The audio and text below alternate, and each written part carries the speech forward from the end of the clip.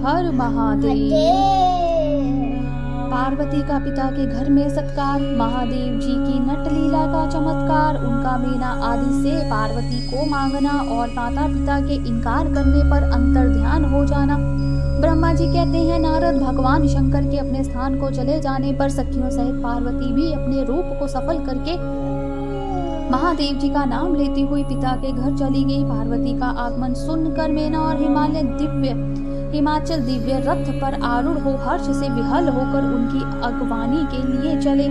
पुरोहित पुरवासी अनेकानेक सखियां तथा अन्य सब संबंधी भी आ पहुंचे। पार्वती के सारे भाई मैनाक आदि बड़े हर्ष के साथ जय जयकार करते हुए उन्हें घर ले आने के लिए गए। इसी बीच में पार्वती अपने नगर के निकट आ गई। नगर में प्रवेश करते समय शिवा देवी ने माता पिता को देख, जो अत्यंत प्रसन्न और हर्ष से विहलचित होकर दौड़े चले आ रहे थे, उन्हें देखकर हर्ष से भरी हुई काली ने सखियों सहित प्रणाम किया।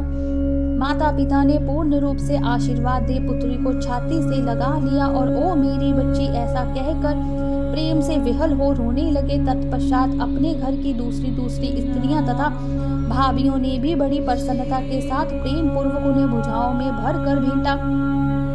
देवी, तुमने अपने कुल का उद्धार करने वाले उत्तम कार्यों को अच्छी तरह सिद्ध किया है। तुम्हारे सदाचरण से हम सब लोग पवित्र हो गए। ऐसा कहकर सब लोग हर्ष के साथ पार्वती की बुरी बुरी प्रशंसा करते हुए उन्हें प्रणाम करने लगे।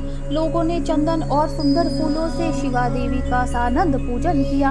उस अवसर पर विमान पर बैठे हुए देवताओं ने पार्वती को नमस्कार करके उन पर फूलों की वर्षा करते हुए स्तुति की। नारद, उस समय तुम्हें भी एक सुंदर रथ पर बिठाकर ब्राह्मण आदि सब लोग नर्ग में ले गए। फिर ब्राह्मणों, सखियों तथा दूसरी स्त्रियों ने बड़े आदर के साथ शिवा का घर के भीतर प्रवेश कराया। स्त्रियों ने उनके ऊपर बहुत सी वस्तुएं निशावर की। ब्राह्मणों ने आशीर्वाद दिए। मुनीश्वर पिता हिमावन और माता मेनका को बड़ी प्रसन्नता हुई। उन्होंने अपने गृहस्थ आश्रम को सफल माना और यह अनुभव किया कि कुपुत्र की अपेक्षा सुपुत्री ही श्रेष्ठ है। गिरिराज ने ब्राह्मणों और वंदी जनों को धन्य दिया और ब्राह्मणों से मंगल पाठ करवाया। मुने इस प्रकार पार्वती के साथ हर्ष भरे माता पिता भाई तथा भोजाइयों भी घर के आंगन में प्रसन्नता पूर्वक बैठी। तदनंतर हिमावन प्रसन्न चित्त से सबका आदर सत्कार करके गंगा स्नान के लिए गए। इसी बीच में सुंदर लीला करने वाले भक्त वत्सल भगवान शंभु एक अच्छा नाचने वाला नट बनकर मेनका के पास गए। उन्होंने बाएं हाथ में सिंह और दाहिने हाथ में डमरू ले रखा था। पीठ पर कटरी रख छोड़ी थी। लाल वस्त्र पहने हुए भगवान रुद्र नाच और गान में अपनी निपुणता का परिचय दे रहे थे। सुंदर नट का रूप धारण किए हुए भगवान शिव ने मेनका के पास बैठी हुई स्त्रियों की टोली के समीप सुंदर नृत्य किया और अत्यंत मनोहर नाना प्रकार के गीत गाए। उन्होंने वहां सुंदर ध्वनि करने वाले शृंग और डमरू को भी बजाया तथा नाना प्रकार की बड़ी मनोहर लीला की। नटराज की उस लीला को देखने के लिए नगर के सभी स्त्री पुरुष एवं बालक और वृद्ध भी सहसा वहां आ पहुंचे। मुने उस सुमधुर गीत को सुनकर और उस मनोहर उत्तम नृत्य को देखकर वहां आए हुए सब लोग तत्काल मोहित हो गए। मेना भी मोही गई। उधर पार्वती ने अपने हृदय में भगवान शंकर का साक्षात दर्शन किया। वे त्रिशूल आदि चिन्ह धारण किए अत्यंत सुंदर दिखाई देते थे। उनका सारा अंग विभूति से विभूषित था। वे हड्डियों की माला से अलंकृत थे। उनका मुख सूर्य चंद्र एवं अग्नि रूप 3 नेत्रों से उदासित था। उन्होंने नाग का यदो पवित्र धारण किया था। उनके उस सूरमय रूप को देखकर दुर्गा प्रेमावेश से मूर्छित हो गई। गौरवर्ण विभूषित दीन बंधु दया सिद्धू और स्वरथा मनोहर महेश्वर पार्वती से कह रहे थे कि वर मांगो। अपने हृदय में विराजमान महादेव को इस रूप में देखकर पार्वती देवी ने उन्हें प्रणाम किया और मन ही मन वह वर मांगा कि आप मेरे पति हो जाइए। प्रीति युक्त हृदय से शिवा को वैसा कल्याणकारी वर दे वे पुनः अंतर ध्यान हो गए और वहां पूर्ववत भिक्षा मांगने वाला नट बनकर उत्तम नृत्य करने लगे। उस समय मेना सेना सोने की थाली में रखे हुए बहुत से सुंदर रत्न ले उन्हें प्रसन्नता पूर्वक देने के लिए गई। उनका वह ऐश्वर्य देखकर भगवान शंकर मन ही मन बड़े प्रसन्न हुए, परंतु उन्होंने उन रत्नों को स्वीकार नहीं किया। वह भिक्षा में उनकी पुत्री शिवा को ही मांगने लगे और पुनः कौतुकवश सुंदर नृत्य एवं गान करने को उदित हुए। मीना उस भिक्षुक नट की बात सुनकर अत्यंत कुपित हो उठी और उसे डांटने फटकारने लगे। उनके मन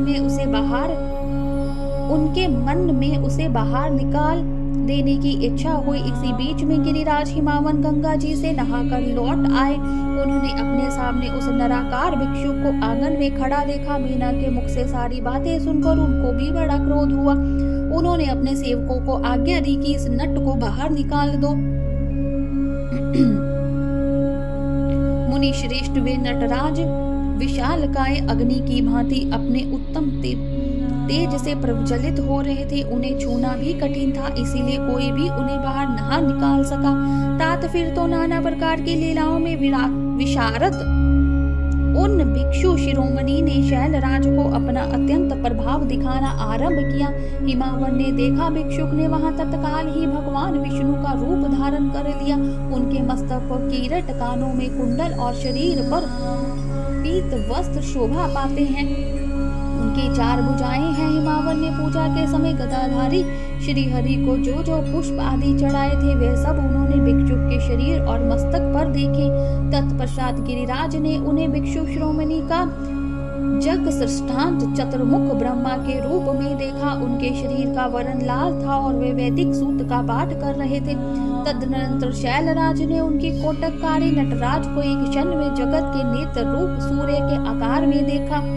तात इसके बाद वे महान अद्भुत रुद्र के रूप में दिखाई दिए। उनके साथ देवी पार्वती भी थी। वे उत्तम तेज से संपन्न रमणीय रुद्र धीरे धीरे हंस रहे थे। फिर वे केवल तेजोमय रूप से दृष्टि गोचर हुए। उनका वह सब रूप निराकार, निरंजन, उपादिशी, शून्य, निरीह एवं अत्यंत अद्भुत था। इस प्रकार हिमावन ने उनके बहुत से रूप देखे। इससे उन्हें बड़ा विस्मय हुआ और वे तुरंत ही परमानंद में निमग्न हो गए। तदनंतर सुंदर लीला करने वाले उन भिक्षु शिरोमणि ने हिमावन और मीना से दुर्गा को भी भिक्षा के रूप में मांगा। दूसरी कोई वस्तु ग्रहण नहीं की, परंतु शिव की माया से मोहित होने के कारण शैलराज ने उनकी उस प्रार्थना को स्वीकार नहीं किया। फिर भिक्षुक ने कोई वस्तु नहीं ली और वहां से अंतर ध्यान हो गए। तब मीना और शैलराज को उत्तम ज्ञान हुआ। वे सोचने लगे भगवान शिव हमें अपनी माया से छलकर अपने स्थान को चले गए। वह विचार कर उन दोनों की भगवान शिव में परा भक्ति हुई, जो महान मोक्ष की प्राप्ति कराने वाली, दिव्य तथा संपूर्ण आनंद प्रदान करने वाली है। बोलिए शंकर भगवान की जय। उमापति महादेव की जय। हर हर महादेव।